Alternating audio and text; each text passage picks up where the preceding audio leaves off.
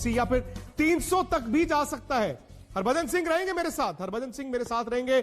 लेकिन भजू ये 188 3 आउट पर ऐसा लग रहा था कि ऑस्ट्रेलिया नीचे लग गया है। ऑस्ट्रेलिया का वो तिकड़म भी काम नहीं आ रहा था और फिर वो रन आउट।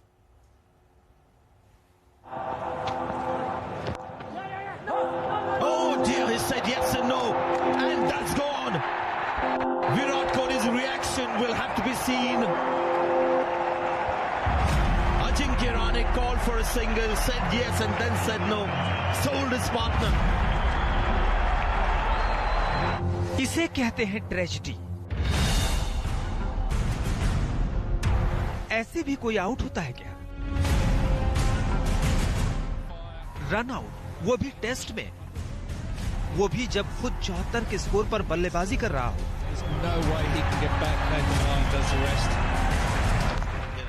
वो भी तब जब नॉन स्ट्राइकर एंड पर।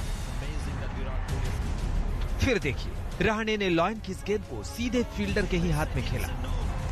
न जाने क्या सूझी कि 4 कदम दौड़ गए। विराट ने उनकी कॉल को फॉलो किया और यहां कांड हो गया।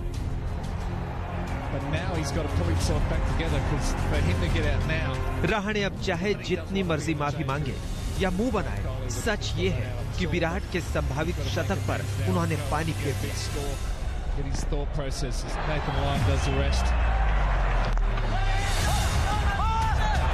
74 के मुकाम पर आने में नसीब ने भी उनका साथ दिया था, लेकिन जहां सच में नसीब की जरूरत थी, वहां गच्चा खा गए विराट।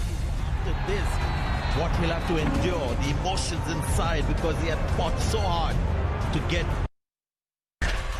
22 नवंबर 2019 से 17 दिसंबर 2020 तक एक भी शतक नहीं।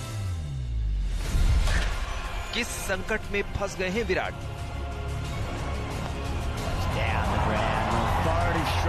यहां तो ऐसा कोई संकट भी नहीं था, मस्त खेल रहे थे विराट। आंखें सेट होने के बाद कंगारू गेंदबाजों की अच्छी खबर ले रहे थे। वैसे भी इस मैदान पर उनका कद विराट सम्राट जैसा ही है। इससे पहले 5 इंटरनेशनल मैचों में वो यहाँ 4 शतक जमा चुके हैं। 5 वहां सामने दिख रहा था। आते आते रुख मोड़ गया मानो। खैर, ये विराट की पारी ही है जिसने भारत को पहले ही दिन भारी परेशानी से बचा लिया। आज तक दे लो। भजू बताइए, 188 3, 206 6, हालांकि 233 6। ये आंकड़े बताते हैं कि भारत के हाथ में स्टीयरिंग व्हील भी था। भारत शायद उस सपने के करीब भी था। पहले ही दिन विराट कोहली का 100 भी हो सकता था। ये गलती किसकी थी लेकिन इस रनआउट में?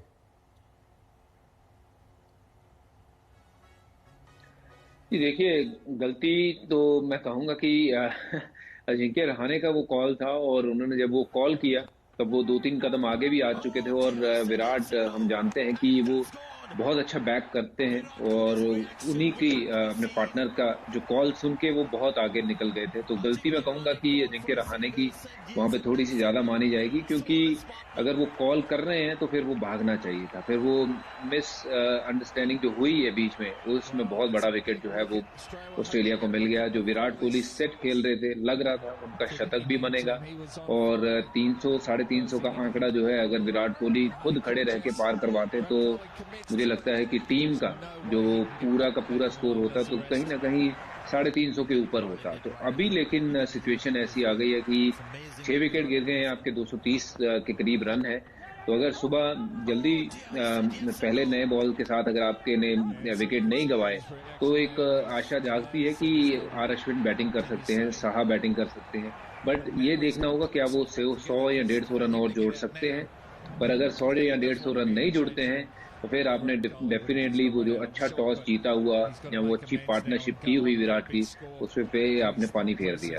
सही बात है, मुझे भी यही लग रहा है कि आप 100-150 की बात कर रहे हैं। अगर यहाँ से 60-70 रन भी जुड़ जाए तो भी गनीमत होगी, क्योंकि 300 रन भी अगर भारत बोर्ड पर लगा देता है तो कम से कम आपके गेंदबाजों के पास वो रन तो होंगे गेंद करने के लिए।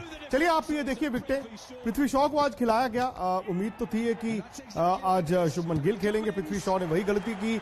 मयंक अग्रवाल भी उसके बाद आउट हो गए। उसके बाद पुजारा और विराट कोहली दोनों बैटिंग तो करते रहे भज्जू, और शायद सेकंड सेशन में भारत थोड़ा सा और डोमिनेट कर सकता था। शायद आप विकेट बचाने के लिए खेलते रहे, लेकिन पुजारा का आउट होना रहाणे विराट की पार्टनरशिप इस दिन की बेस्ट पार्टनरशिप थी। दोनों ने इंटेंट भी दिखाया और रन के लिए गए।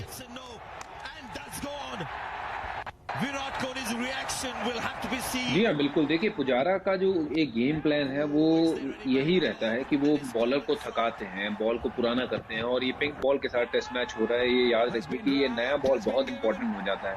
और पुजारा तीसरी ही बॉल पे अंदर चले गए थे, तो उनका जो योगदान है आज के मैच में बहुत बड़ा है। बहुत सी बॉलें उन्होंने खेली हैं, थकाया है बॉलर्स को, बट जो उन्होंने मेहनत की है, मुझे लगता है कि अगर 180 के बाद 230 पे आप 6 देखते हो, तो मुझे लगता है थोड़ा सा मेहनत पे पानी जो है वो फिर गया है। हालांकि ये उम्मीद यही है कि 300 रन का आंकड़ा जैसे आप भी बात कर रहे हो वो जरूर भारत को पार करना चाहिए अगर इस टेस्ट मैच में बने रहना है, क्योंकि ये पिच अच्छी है बैटिंग के लिए। जितना घास या इस चीज की बात कर रहे थे कि पिंक बॉल सीम होता है, उतना दिखाई दिया नहीं है। और ये भी बता देता हूँ कि एडिलेड में अगर ऑस्ट्रेलिया में कोई बल्लेबाज के लिए सबसे बढ़िया पिच है बैटिंग करने के लिए तो वो एडिलेड है। तो यहाँ पे आपको 300 से चूकना नहीं है, 300 से जरूर आंकड़ा आपको पार करवाना ही होगा बाय हुक एंड क्रोक। सही बात है। और मनोवैज्ञानिक तौर पर भी होता है ना कि आप जब 300 रन बनाते हैं ऑस्ट्रेलिया में, इंग्लैंड में पहली इनिंग में, तो फिर ये कहा जाता है कि चलो आओ गेंद तो करेंगे। लेकिन आज के दिन के खेल में क्या क्या हुआ उस पर नजर डाल लेते हैं।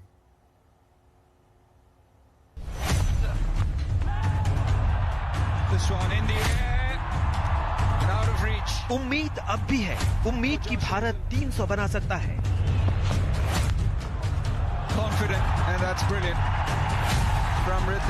क्योंकि ये दोनों सेट दिख रहे हैं।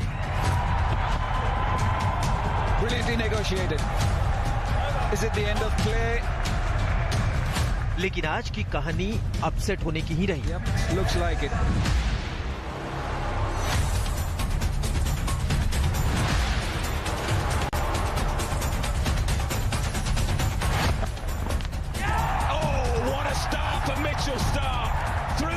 मैच की दूसरी गेंद पृथ्वी शॉ गेंद को स्टंप में खींच लाए।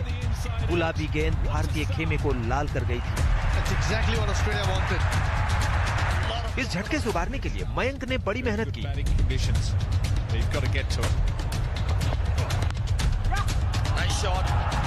पुजारा तो खैर परिश्रमी और संयमी है ही। अल्ट्रा डिफेंस का आलम यह था कि 18 ओवर तक क्रीज पर रहने के बाद ये जोड़ी 32 रन ही जोड़ सकी थी। और इस मुकाम पर मयंक का मिस जज और गेंद स्टंप बिखेरते हुए मानो भारत के जोश को भी बिखेर गई।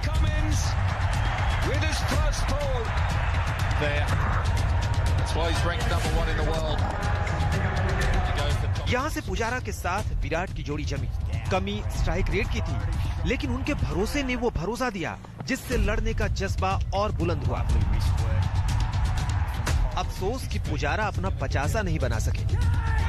In trouble, but well, he started walking. He started walking. He certainly looked like he started. 160 गेंदों पर 43 रनों की उनकी पारी यूं खत्म। उनकी विदाई के लिए ऑस्ट्रेलिया ने रेफरल लिया था। मजा तब आया जब कप्तान और उपकप्तान साथ साथ बढ़े। स्कोर में रवानगी आई, लेकिन एक नादानी ने कहानी बदल दी। विराट रन आउट हुए।